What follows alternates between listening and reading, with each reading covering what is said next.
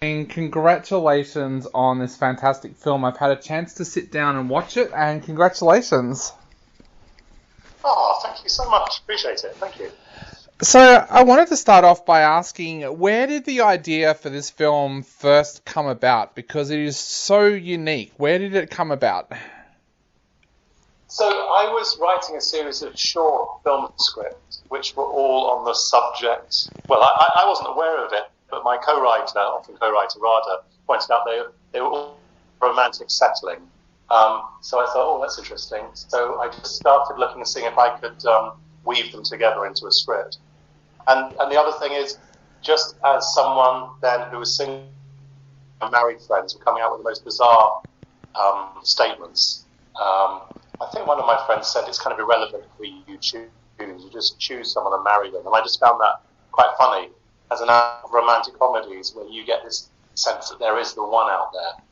Because what I was hearing from certain married friends is that's all a lie and it's irrelevant. Just choose someone. And I love that. That's a starting point. Yeah. So when you've got a start like that, when you've kind of got a theme of somebody just kind of settling, where do you go to then when you write the script? How do you come up with what kind of character is going to be going through that? What kind of world or life does he live?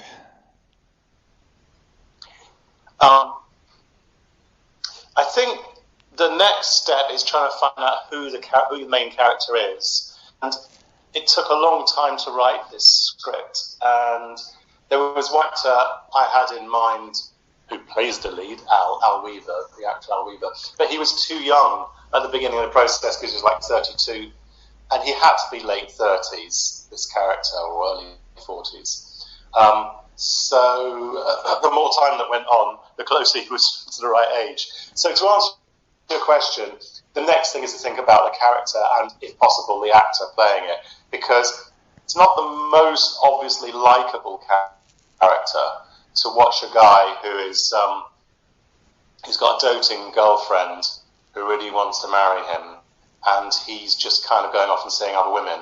So I need that element of kind of laughing at him a bit.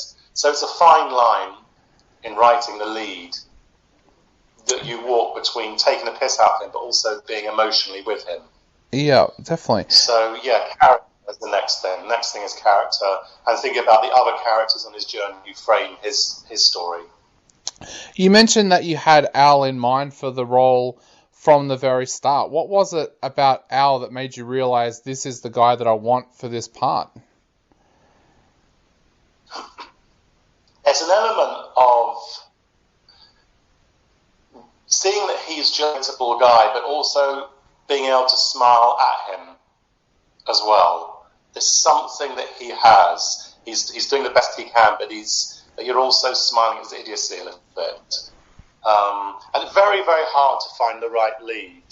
Early on, I was thinking about Chris O'Dowd, Irish actor Chris O'Dowd.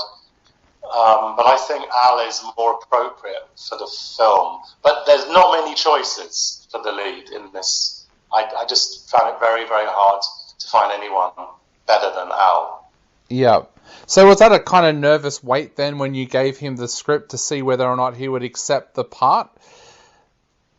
Yeah, well, I was talking because he'd been in my previous movie from 2010, Honeymooner, and we made a short film together in 2013 with Ruth Nager.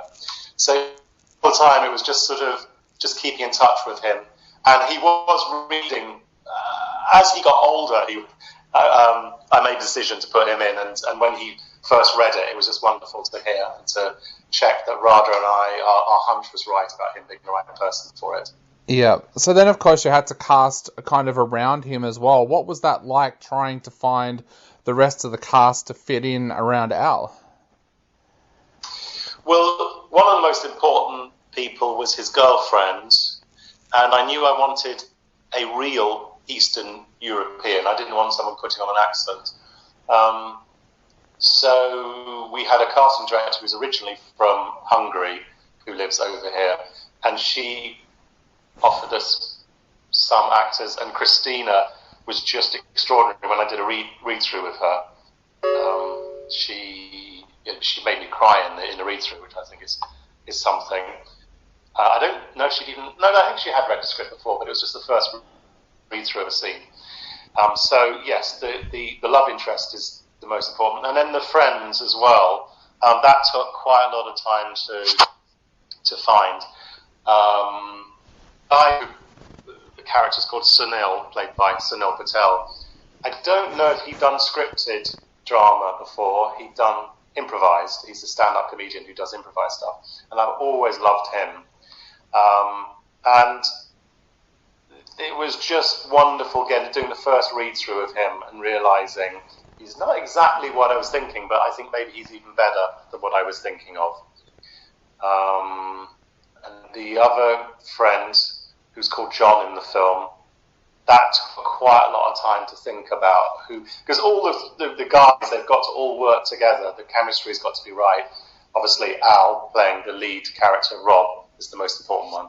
So, yeah, it was just slowly piecing together the team, who everyone revolves around Al. Yeah. It looks... He's like the... It looks like you guys would have had a lot of fun when you were making the film as well. What was the kind of mood on set when you were actually filming? We had a lovely team. I think you're absolutely right. Everyone got on, just about everyone got on really, really well.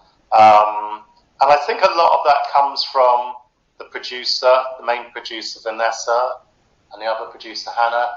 Came from the first assistant Adrian, who's a stand-up comedian, and Al, so Al, who plays the lead role of Rob, who was also an exec producer. Yeah, there was a sense that we were all we didn't have very long to shoot the film. I think it was just 17 days. And we made sure we had nice meals. Yeah, it was a very, very nice team. I think we all really liked working with each other. And hopefully that comes across in the film. Definitely. Now, one of the things I found so unique about this film was that it's a romantic comedy from a male point of view. We, here in Australia, don't get very many of them. And then just last month, Josh Lawson actually released a romantic comedy that was also from a male point of view.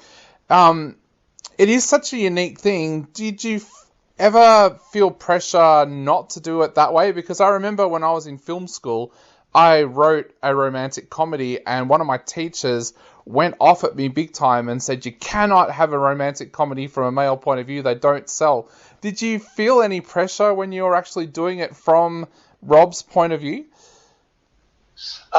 No, because I think the other two made before are male-female relationships from the guy's point of view, and I know that's my kind of strength, and I think you should just sort of play to your strengths. And also, I know that there is an audience out there, and in response to your tutor at film school, I personally think that women, if you write it authentically, I think women are interested to know stories from the guy's point of view. Also, there are lots of American indie movies, like 500 Days of Summer. Yeah. There are quite a lot of successful films which are from the guy's point of view. I think the key thing is making a likeable, relatable main lead. Because I've seen British ones and I haven't really liked the guy in them. And writing is crucial and casting is crucial. So I think it can be harder to have a relationship comedy from the guy's point of view. But I do think there's an audience for it. I hope there is. Yeah. Do you go... I imagine you like... You've watched relationship comedy, romantic comedies from the guy's point of view. Ah, yes. That's why you wanted to make them. Yeah, when I was growing up, was one of the things that I always noticed was that there weren't many. And I know it's not exactly a romantic comedy, but it was actually Almost Famous that gave me the idea of writing this romance from a male point of view. And I'd even got to the point where I was like, I knew who I wanted to have in it. I wanted to have Hugh Jackman in it and an Australian actress called Claudia Carvin. And yeah, my lecturer just went completely nuts and said, you cannot do this. You've got to go back and rewrite it from the female point of view. Oh dear. There's the William Goldman quote, which as time goes on I realise is a very profound quote, which is nobody knows anything about anything. Yeah. Which relates to your tutor. Definitely. So I have to ask, we have a lot of genre filmmakers on this show and a lot of drama filmmakers, but not a lot of romantic comedy filmmakers on our show. For young filmmakers out there who feel like they want to make a romantic comedy, what would be the films that you would be suggesting for them to go away and watch to learn the craft?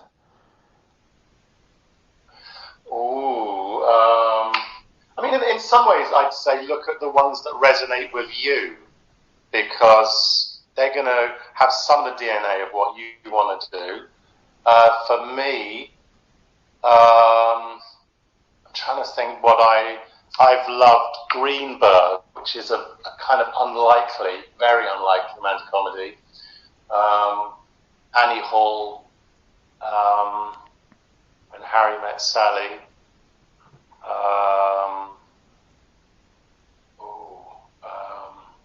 Trying to think what recently. I thought was it called Big Sick? Oh yes, yeah. Kind of recent comedy. Yeah. I think what's interesting is I think the audience wants something very, very different and stand out. And I wonder if moving forward with romantic comedies, whether because of the Big Sick, and also on Amazon there's a series called Modern Love, and those are based on articles which were written to New York Times or New Yorker or something.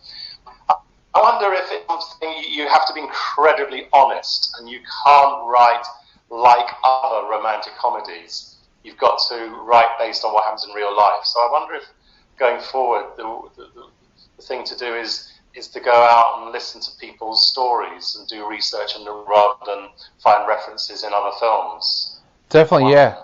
Yeah, I definitely agree with that. And I thought it was interesting before that you said that the whole idea for I'm Not in Love actually came from a friend mentioning something to you. Is that something that you quite often do as a filmmaker? You listen to your friends and then go away and develop a script around what they've said? Absolutely, yeah. There's a few friends I've got who are just so funny together, the guys. And they're so inspiring. Some of the things they say are so inspiring. And I think when you're with people and you think that's just the thing, I've got to write that down, that's when you're kind of starting to tap something which is really useful as a writer. But that's what I like to do. I like to borrow from real life, because when I just try and create a character out of thin air, I tend to do a terrible job. And again, it's just time and experience and seeing what works for you. But for me, having a foot in a real person helps so much, and hearing their voice helps so much, because it's all about writing. A romantic comedy, relationship comedy, it's all about the writing. Definitely. Well, mate, you have made an absolutely fantastic film that I know a lot of people are going to fall in love with. So I guess to finish up, what would you like to say to people out there who are thinking about sitting down and watching I'm Not in Love next week? What I'd like to say is, I kind of like the idea that if it's a male-female relationship, maybe the women are going to find something that the guys are going to be slightly embarrassed about, and it might be an awkward viewing for men and women. But also, I just hope that they enjoy it and learn something which they haven't seen before in a relationship comedy about the nature of settling. Romantic settling, good or a bad thing. I'm sure they definitely will. Well, Col, thank you so much for chatting to us tonight. It has been an absolute pleasure, and I know a lot of our listeners are going to check out this film. Great stuff. Thanks so much, David. Really appreciate it. Not a problem. I'll let you go. Have a great day, and hopefully we get to talk again in the future. Love to. Awesome. Thanks so much, David. Thank you. See you. Thanks. Bye.